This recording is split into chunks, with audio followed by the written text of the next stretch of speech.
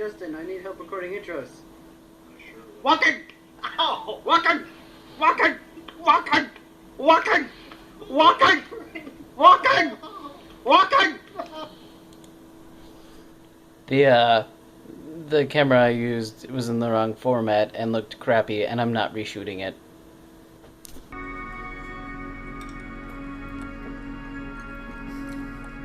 It'll be like a brand new puzzle every time. And there we have the Brainiac symbol. Also, getting drunk? You said you were wanted to play something skill-based after this. I know!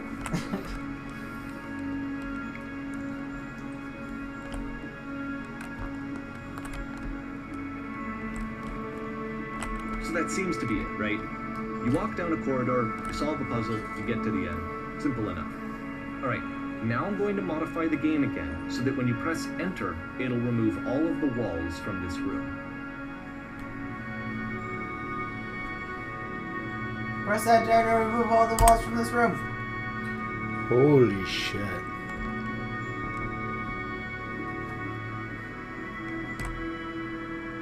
How about that? There was more to it than we had any way of knowing. I actually find it funny that this game comes after the Stairs game, since they essentially convey the opposite idea. So, in the Stairs game, a dull exterior concealed a rich interior. And then, in this level, a dull interior hides this fantastic outer world. Either way, I think that the point is the same, is that most of the time you don't get to know what you're missing, or even that you're missing anything. That's not your role as a player. So if your role here is not to understand, then what is it? Wow. Are you thinking about it? I am.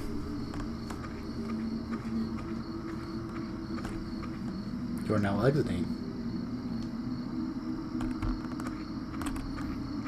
Damn it, I was kind of hoping to see you are now entering. Aha. So, this, combined with the entering game from earlier, tells us that Coda believes his games are connected somehow. It could even be that the Stairs game and the puzzle game are literally connected in between this and the entering game. There's a bigger picture that all of his games are meant to play a role in, some larger meaning that we won't be able to grasp until we've seen all of them. And once we have, we can step back and start to understand what exactly that bigger picture is. Plus, Final Fantasy VII isn't a skilled game, it's a tactics game. What? We're gonna play Heroes of the Storm. Oh, yeah, and... Heroes of the Friends. Yes. Have we figured out how we play Cho'Gall yet? Yeah, we need to play with someone else who has Cho'Gall. But we know no one. I know. We're all friends. Let's talk about video game We're development poopy for a second. babies. Every video game runs on what's called an engine, You're which an engine. determines what the game We are the can engine. and cannot do. Go So in other upstairs. words, the engine is a set of I tools go for up the game stairs. development. I'm going up the stairs, I wanted to read the sign first. He's gonna probably tell you nothing's here. Fuck you. To make all of these games, Coda is using an engine called Source. Ooh. Like all engines, Source has certain things that it does well, and it has certain things that it does poorly. One of the things that it does very well is Toilets. boxy linear corridors. That's why so many of Coda's games are set in these large, empty no, rooms, okay. is just because he's working with what the Bad. engine does well. The tools available to There's the nothing creator here, shape is what there? kinds of creative work they're going to end up making. You might consider paying attention to the architecture in Coda's games, to notice how they seem Jump to stem off! from an engine that's very good at producing linear, boxy corridors. Ooh.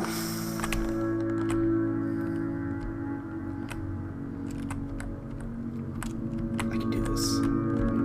I can do this. Whee! Think.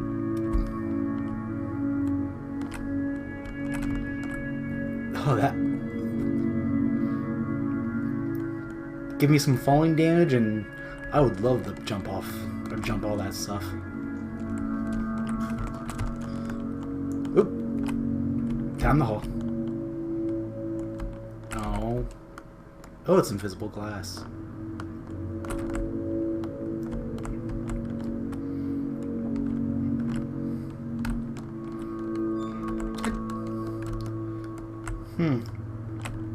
Oh, I wonder what this means. Means you're a pig. And you treat women terribly. I treat women Chauvinist pig. feminazi.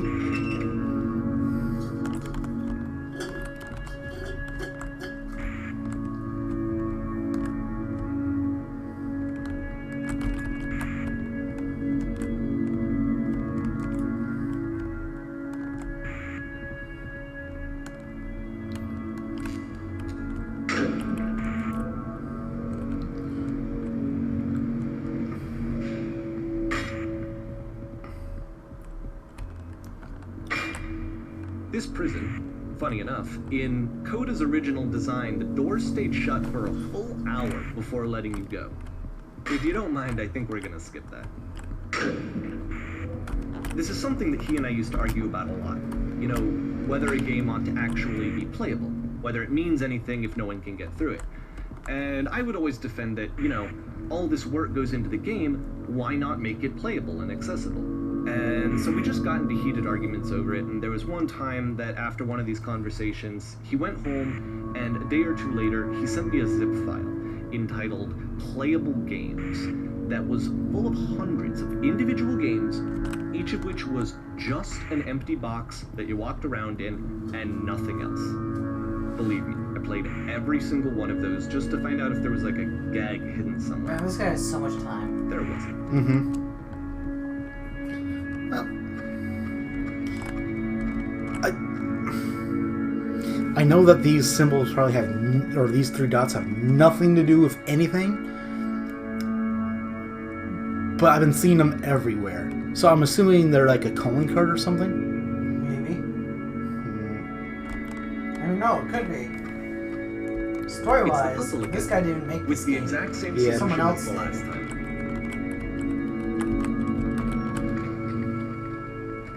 Oh, not drunk enough. There's still no clear indication of what makes this puzzle so special that Coda is going to return to it over and over.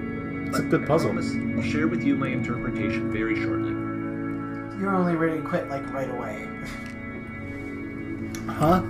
You were ready to quit really fast on that. Well, it's like, I figured it out by myself, though. Right? That's how puzzles work. You want to quit, then you figure it out.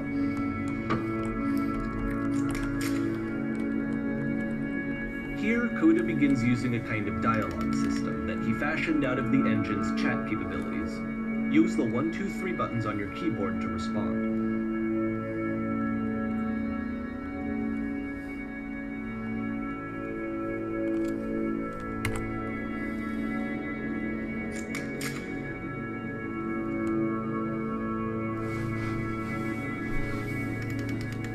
That's the world above! You've been there! Now this is important. Do you have to go through a puzzle with 2 doors and a switch? I like number 3. I like the option number 3, but... Again? Again, perfect! Now please, tell us how you solved it! Tell us the solution! Tell us how to get to the other side!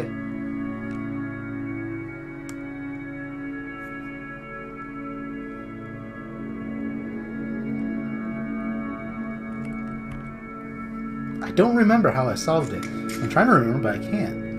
You must think harder! Please, try to remember! It is so important that we get out of here! We must escape this prison! Can you think harder? I'm a slow reader.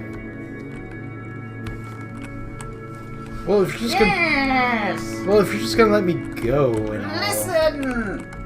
Speak! Bye-bye. Skeletor's dick! Man, I got out of that room real quick, didn't I? No one's there! Oh. It's literally me! Skeletor! Man, I can't go... Oh, there we go. My microphone's in the way! Hello, did you get here? How did you get here? Was there a puzzle you had to press through?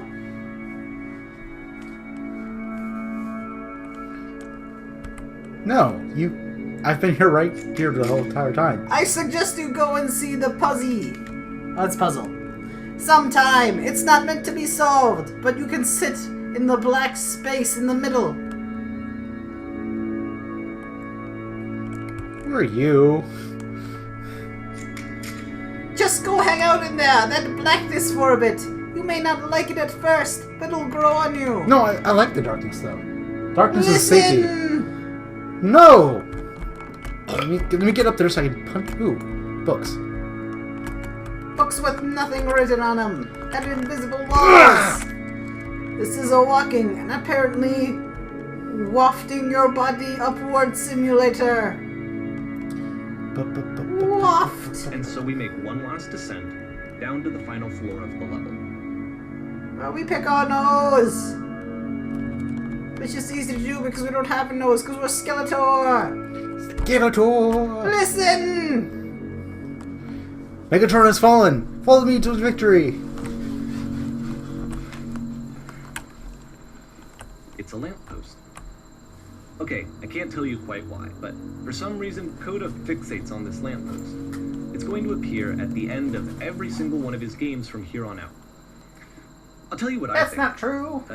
I think that up to this point, you know, he's been making really strange and abstract games with no clear purpose, and maybe you can only float around in that headspace for so long. Because now he wants something to hold on to. He wants a reference point. I want a banana! To be leading to something. He wants a destination, which is what this lamppost is. It's a destination. We're going to see it in the work as well. His games are just going to become a lot more cohesive, a lot more fully developed, with more of a clear idea behind them. And as we go, that idea will get clearer and clearer and clearer.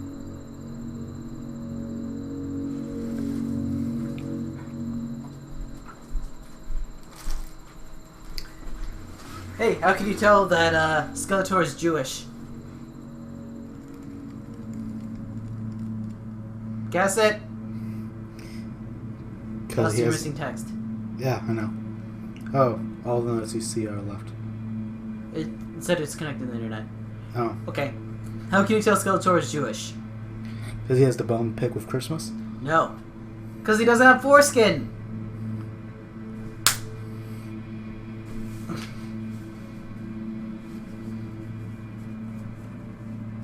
Why are you texting? Skeletor says no! Light the menorah and hit him with it. Is there not 7 lightsabers on the Jewish and the Jedi menorah? Is there not Christmas in hell? There is no Lord but Jehovah. That's actually... You okay? What? What? The idea of Christmas in hell. Is there a Christmas in hell? Nice room, not? Is there not Christmas in hell? You swine! So first off, I'm sure you can deduce